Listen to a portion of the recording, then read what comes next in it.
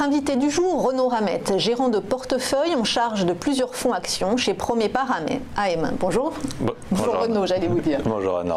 Alors avec vous ce matin, nous faisons un bilan de l'année 2018 avec un focus valeur moyenne. Donc pour commencer, qu'est-ce qu'il faut retenir, quelle est votre analyse de cette année 2018 finalement marquée par assez déroutante et rythmée par les événements macroéconomiques et politiques? Oui, effectivement, ce qu'on peut retenir, c'est qu'en l'espace de quelques mois, de manière assez rapide, l'horizon des investisseurs, effectivement, s'est assombri.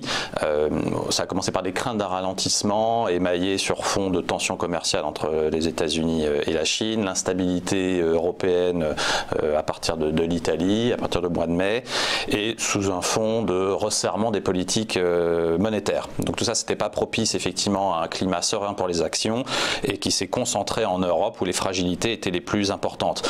Les taux restaient bas, mais on avait des valorisations et des attentes bénéficiaires particulièrement élevées. Donc on avait une asymétrie des risques un peu déséquilibrée et où à la moindre interrogation, effectivement, il y a eu un repricing, enfin une revalorisation des risques qui a entraîné une chute des cours. Ce qu'on peut retenir quand même de 2018, donc avec un tropisme français CAC 40, c'est que c'était difficile, c'était une année compliquée puisqu'on avait des performances qui étaient tirées par peu de valeurs, donc une grande asymétrie à pouvoir battre l'indice, comme on dit, des bonnes surprises qui étaient bien moins rémunérées que des déceptions spectaculaires et surtout pour la première fois maintenant depuis 6 ans, effectivement des valeurs petites et moyennes valeurs qui ont largement sous-performé le CAC 40 qui arrive de manière régulière, mais c'est un point notable sur cette sous-performance en 2018 des petites et moyennes valeurs. Ça n'avait pas été le cas depuis 6 ans. Oui, de mémoire, on enchaînait des surperformances de manière assez métronomique et vraiment c'est une classe d'actifs qui cristallise un petit peu les excès de 2018. Là pour le coup on est vraiment passé de l'euphorie à des craintes de hard landing. Alors peut-être un petit coup de rétroviseur, on avait eu beaucoup de collectes, deux phénomènes expliquent cette sous-performance, un phénomène de décollecte massif après 2-3 années de très belles moissons et bien sûr le phénomène de liquidité. Donc quand vous avez des flux qui se retirent après pour matérialiser des bénéfices, on a pu voir certaines séances des titres qui plongeaient de moins 15, moins 20% dans moins de 100 000 euros, donc ce qui n'était rien du tout. Donc absence de liquidité plus forte décollecte entraînait effectivement des performances très décevantes pour cette année puisqu'on est à peu près, je regardais hier soir, on est à peu près à moins 16 sur des valeurs moyennes mais jusqu'à moins 23 pour des segments petites et moyennes valeurs, PEA, PME, alors qu'on a le SBF 120 qui doit être à moins 6 et également des consoeurs européennes qui résistent mieux, elles sont qu'à moins 12. Donc il y a vraiment eu un tropisme français, petite et moyenne valeur, mais qui avait attiré beaucoup de collectes les 3 dernières années. Alors dans ce contexte, vous venez un peu d'y répondre, parce en expliquant que le marché français a été particulièrement touché, est-ce qu'il y a des marchés ou des secteurs qui s'en sortent mieux que d'autres? Alors avec un tropisme européen, on voit qu'effectivement dans un cadre de ralentissement anticipé, tout ce qui a été valeur cyclique, value a été largement déprécié puisqu'on est à peu près à moins 15% depuis le début de l'année avec un style croissance, valeur défensive qui résiste entre guillemets plutôt à moins 10. La résistance est encore plus marquée aux États-Unis qui globalement, eux résistent toujours mais avec une baisse plus contenue des valeurs de croissance et un style value qui est en légère baisse mais de manière beaucoup moins prononcée. Malgré une correction ces 3 derniers mois des valeurs de croissance, le style défensif croissance résiste beaucoup mieux que le style croissance défensif. Et en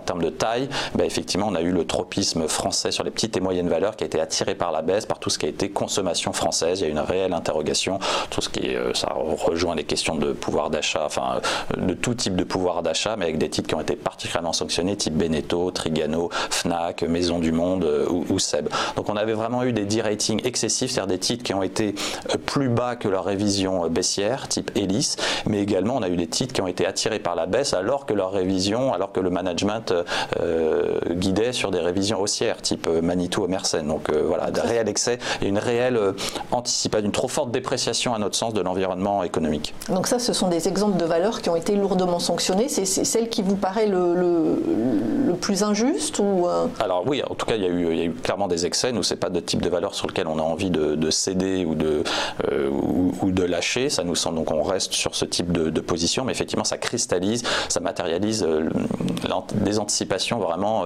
extrêmes du marché à l'égard de certains titres, ou tout du moins d'un scénario anticipé par le marché. C'est toujours la même chose, qui va se tromper quand on est en dichotomie très très forte entre le marché conduit par les investisseurs et le discours des entreprises. On en arrive à des cas extrêmes, on se dit il y en a un des deux qui se trompe, lequel? Et c'est là-dessus où le gérant doit prendre un pari, risquer de savoir et d'estimer quelle est la probabilité la plus forte que ce soit. Est-ce une occasion de marché, ou est-ce que c'est le management, le marché ou est-ce que le marché suranticipe bien? Voilà, c'est toujours des cas compliqués. Mais en tout cas sur ces cas-là, ça nous semble être excessif, les réactions du marché. Parce que j'allais vous dire, voilà, sur des cas où, comme vous venez de le dire, il y a des chutes de 20%. Alors quand on est particulier, c'est la panique. Quand on est professionnel, qu'est-ce qu'on fait? On se dit, on fait le dos rond sur des titres qui vous semblent avoir un potentiel. Hein.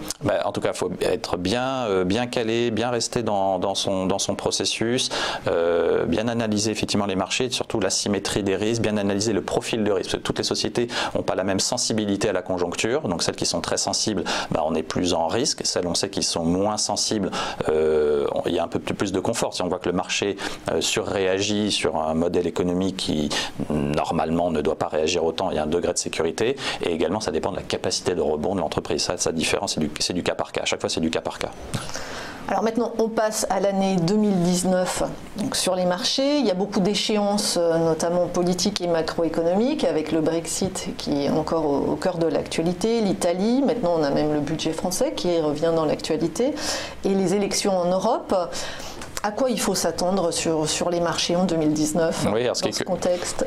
Ce qui est curieux, c'est de voir en fait à quel point les choses évoluent, puisque si on regarde factuellement les choses, l'euro reste bas, les taux sont encore bas en Europe, le pétrole a reflué. On ne peut pas affirmer que la politique monétaire de la Banque centrale est encore particulièrement agressive, donc on retrouve finalement les composantes du fameux alignement des planètes d'il y a 2 ans, alors que le contexte n'est pas du tout le même, puisqu'effectivement on s'interroge macroéconomiquement sur l'évolution du scénario hard ou soft landing. Nous, ce qu'on anticipe, c'est une croissance moins forte. C'est une croissance moins forte, et un peu moins de croissance que prévu, mais pas un scénario récessif. Pour nous, il est trop tôt. Donc il y a 5 points à retenir à mon sens pour 2019. C'est une croissance qui ralentit, mais qui reste au-dessus de son potentiel, quelles que soient les zones confondues, Europe et États-Unis. Les risques politiques vont demeurer. Alors, on parlait du Brexit, de l'Italie, des élections européennes, donc ça veut dire un canevas de volatilité qui va rester demeuré. Donc présence de la volatilité, ça induit des conclusions stratégiques. Des banques centrales, certes moins accommodantes, mais qui sont quand même pas agressives à notre sens. Des taux donc, qui devraient remonter.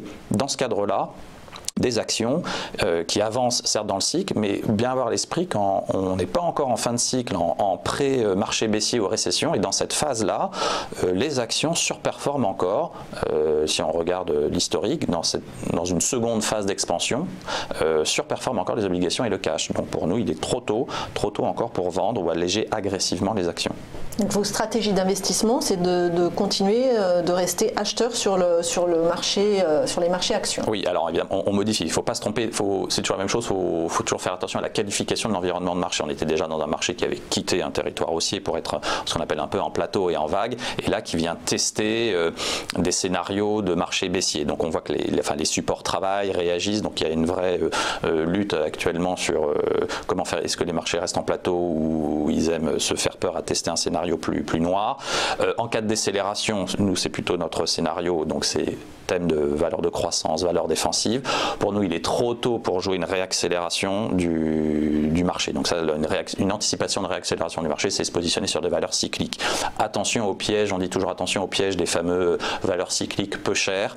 On sait que c'est pas forcément le meilleur moyen, le meilleur timing pour acheter ce type de valeur. Le moment idéal, c'est finalement en fin de cycle, quand elles sont après une baisse actée, quand finalement leur valorisation redevient chère. Et dans le cas d'un scénario récessif, qu'on voit que le marché essaye de tester, la part belle est faite aux défensives, aux valeurs défensives et très faibles. Alors nous, dans ce cadre-là, à court terme, Il y a un rebond qui pouvait être testé, on voit les marchés depuis déjà 2-3 jours, mais on est plus dans une composante trading. Nous, c'est pas tellement notre horizon temporel chez Promépar.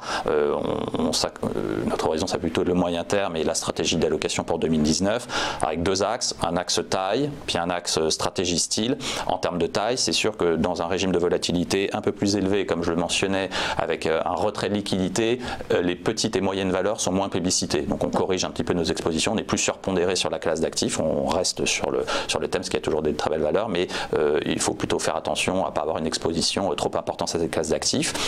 Et à l'intérieur de grandes capitalisations, on va réarbitrer plutôt sur des thèmes donc, de croissance, des thèmes de rendement qui redevient conjoncturellement porteur, donc des thèmes plus défensifs dans l'esprit, j'entends, mais qui, on voit que les taux restent bas, le rendement du dividende est toujours supérieur à celui des obligations, donc c'est un thème défensif, on va accorder une part belle à la visibilité des cash flows, à la sécurisation des dividendes, donc le thème du rendement refait sa part belle, et également le thème des valeurs de croissance et des valeurs effectivement défensives. Est-ce que vous pouvez nous donner des exemples, je ne sais pas, de 2 valeurs que vous conseilleriez à l'achat pour 2019? Alors, finalement, ça permet de faire un petit retour aux valeurs moyennes. Quand on dit qu'on va faire attention à l'exagération des surpondérations, c'est qu'on reste bien évidemment sur le sujet. Il y a plein de dossiers passionnants. C'est une classe d'actifs qui performe sur moyen long terme 4 années sur 5 à peu près. On aime bien Big Ben, par exemple. Alors, on est vraiment dans le cadre d'une petite valeur inférieur à 200 millions de capitalisation boursière, mais nous jouons effectivement le recentrage stratégique qui avait été mal compris, à un moment des guidance avaient été mal interprétés, et on a pu voir dernièrement lors de très bons résultats semestriels le titre prendre 30% puisqu'il avait été divisé par 2, alors que finalement on s'aperçoit que le recentrage stratégique sur les jeux et sur la digitalisation des jeux vidéo est en train de marcher, et la société est tout à fait même de croître assez fortement en améliorant ses marges. Donc ça, c'est un dossier par exemple qu'on aime bien, petite et moyenne valeur, qu'on conserve finalement quelles que soient les intempéries du marché. Dans un thème, je disais, plus défensif, plus sécuritaire, qui est également une valeur moyenne mais de plus grande taille, on pense également à Ruby. Donc là, ça nous permet d'être un peu sur les 2 sujets, valeur moyenne et rendement. Le titre a été, pareil, sanctionné au cours de l'année. Ses ventes avaient déçu au 3e trimestre de manière exagérée par rapport à une révision baissière de bénéfices. Donc c'est vraiment un cas d'exagération, alors qu'il s'agit d'un véritable aristocrate du dividende. Il y a des sociétés capables de faire croître sur 10 ans de manière très régulière leurs bénéfices. Le rendement est à peu près 3,7%, donc ce qui est très important. C'est une société qui est également qui aime les croissances externes et qui croît par croissance, par fusion et acquisition, qui a une très bonne capacité d'intégration, et la dernière acquisition dans l'Est africain lui permet de bien compléter son positionnement en Afrique avec des positions intéressantes. Donc nous, l'excès nous semble exagéré sur Ruby, et nous en avons aussi bien dans un fonds de petite et moyenne valeur que dans un fonds de rendement. Elle permet de jouer de 2 composantes pour nous pour 2019. Donc Big Ben et Ruby. Par exemple. Merci beaucoup Renaud Ramette, gérant action chez Promépar AM.